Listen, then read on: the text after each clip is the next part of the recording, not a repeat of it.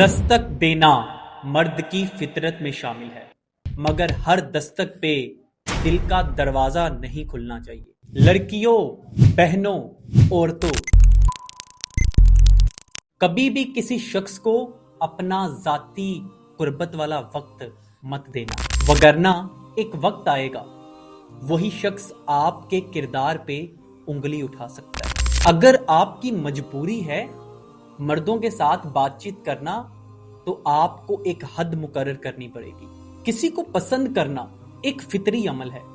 लेकिन उस पसंद को अगर निकाह का रंग नहीं दे सकते तो कोई गलत रास्ता इख्तियार मत करना। अगर आप ये ख्याल करते हो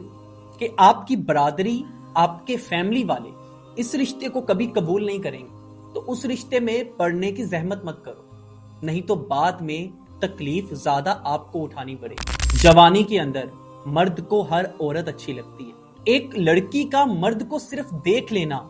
मर्द को अंदर से मार देता है। ये जवानी ऐसी उम्र होती है, कभी किसी का जरा सा ख्याल भी दिल में आ जाए ना, तो हमें लगता है कि हमें उससे मोहब्बत हो गई, और फिर हम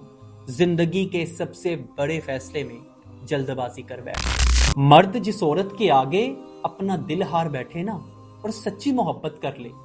वो कभी उसे 4 लोगों में डिस्कस नहीं करता, वो कभी उसे डेट पे घुमाने नहीं लेके जाता, वो कभी अपने दोस्तों के साथ उसकी प्राइवेसी शेयर नहीं करता, बल्कि वो उसी दिन से